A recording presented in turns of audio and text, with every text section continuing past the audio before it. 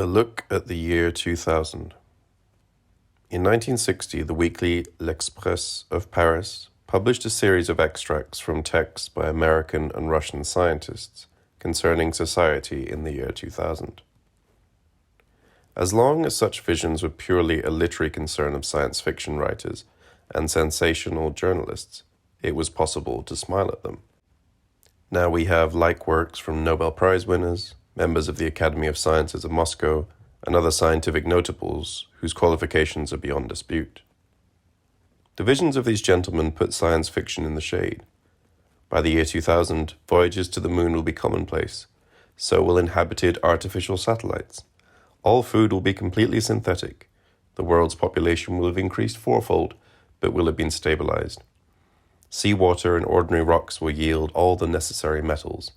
Disease, as well as famine, will have been eliminated, and there will be universal hygienic inspection and control. The problems of energy production will have been completely resolved. Serious scientists, it must be repeated, are the source of these predictions, which, hitherto, were found only in philosophical utopias. The most remarkable predictions concern the transformation of educational methods and the problem of human reproduction. Knowledge will be accumulated in electronic banks and transmitted directly to the human nervous system by means of coded electronic messages. There will no longer be any need of reading or learning mountains of useless information.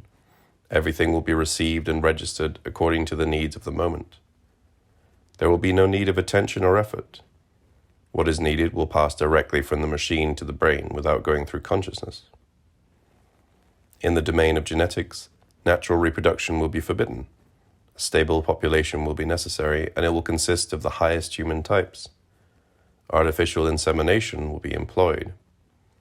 This, according to Müller, will permit the introduction into a carrier uterus of an ovum fertilized in vitro, ovum and sperm, having been taken from persons representing the masculine ideal and the feminine ideal respectively.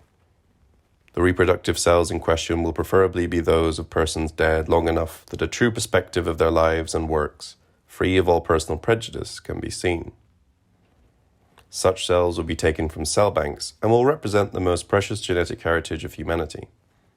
The method will have to be applied universally. If the people of a single country were to apply it intelligently and intensively, they could quickly attain a practically invincible level of superiority. Here is a future Huxley never dreamed of.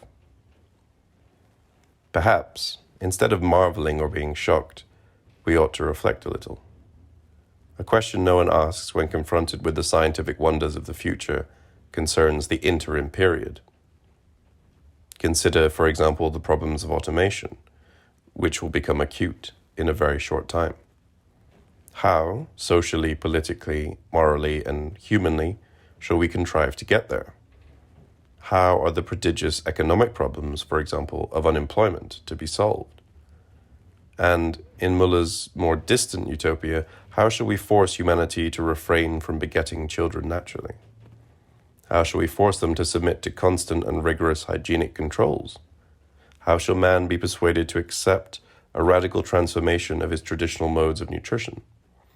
How and where shall we relocate 1.5 billion persons who today make their livings from agriculture and who, in the promised ultra-rapid conversion of the next 40 years, will become completely useless as cultivators of the soil?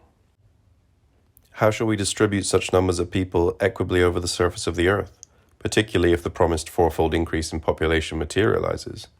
How will we handle the control and occupation of outer space in order to provide a stable modus vivendi? How shall national boundaries be made to disappear? One of the last two would be a necessity. There are many other hows, but they are conveniently left unformulated.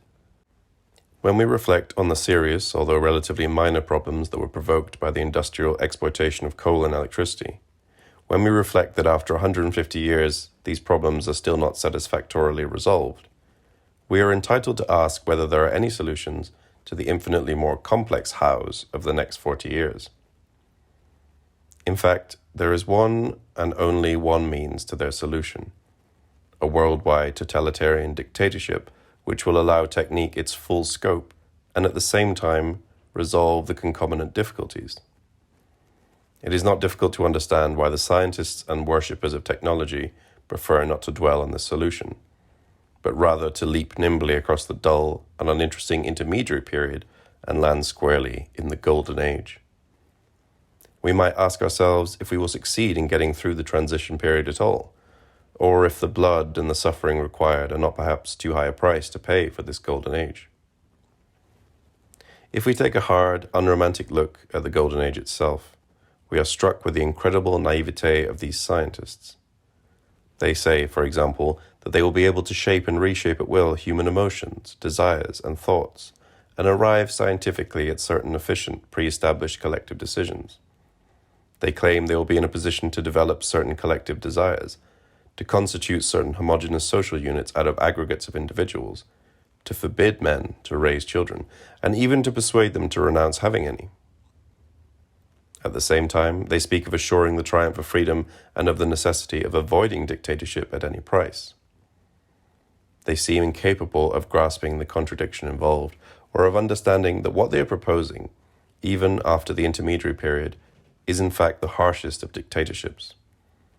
In comparison, Hitler's was a trifling affair. That it is to be a dictatorship of test tubes rather than of hobnailed boots will not make it any less a dictatorship. When our savants characterize their golden age in any but scientific terms, they omit a quantity of down-at-the-heel platitudes that would gladden the heart of the pettiest politician. Let's take a few samples. To render human nature nobler, more beautiful, and more harmonious. What on earth can this mean? What criteria, what content do they propose? Not many, I fear, would be able to reply. To assure the triumph of peace, liberty, and reason. Fine words with no substance behind them. To eliminate cultural lag. What culture? And would the culture they have in mind be able to subsist in this harsh social organization? To conquer outer space. For what purpose? The conquest of space seems to be an end in itself, which dispenses with any need for reflection. We are forced to conclude that our scientists are incapable of any but the emptiest platitudes when they stray from their specialities. It makes one think back on the collection of mediocrities accumulated by Einstein when he spoke of God, the state, peace, and the meaning of life. It is clear that Einstein, extraordinary mathematical genius that he was no Pascal.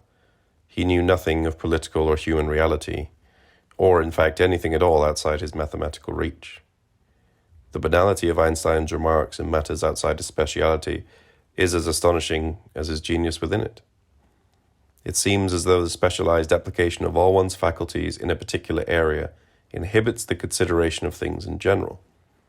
Even J. Robert Oppenheimer, who seems receptive to a general culture, is not outside this judgment. His political and social declarations, for example, scarcely go beyond the level of those of the man in the street. And the opinions of the scientists quoted by L'Express are not even on the level of Einstein or Oppenheimer. Their pomposities, in fact, do not rise to the level of the average. They are vague generalities inherited from the 19th century, and the fact that they represent the furthest limits of thought of our scientific worthies must be symptomatic of arrested development or of a mental block. Particularly disquieting is the gap between the enormous power they wield and their critical ability, which must be estimated as null. To wield power well entails a certain faculty of criticism, discrimination, judgment, and option. It is impossible to have confidence in men who apparently lack these faculties, yet it is apparently our fate to be facing a golden age in the power of sorcerers who are totally blind to the meaning of the human adventure. When they speak of preserving the seed of outstanding men, whom, pray, do they mean to be the judges? It is clear, alas, that they propose to sit in judgment themselves. It is hardly likely that they will deem a Rimbaud or a Nietzsche worthy of posterity. When they announce that they will conserve the genetic mutations which appear to them most favorable, and that they propose to modify the very germ cells in order to produce such and such traits, and when we consider the mediocrity of the scientists themselves outside the confines of their specialities, we can only shudder at the thought of what they will esteem most favorable. None of our wise men ever posed the question of the end of all their marvels.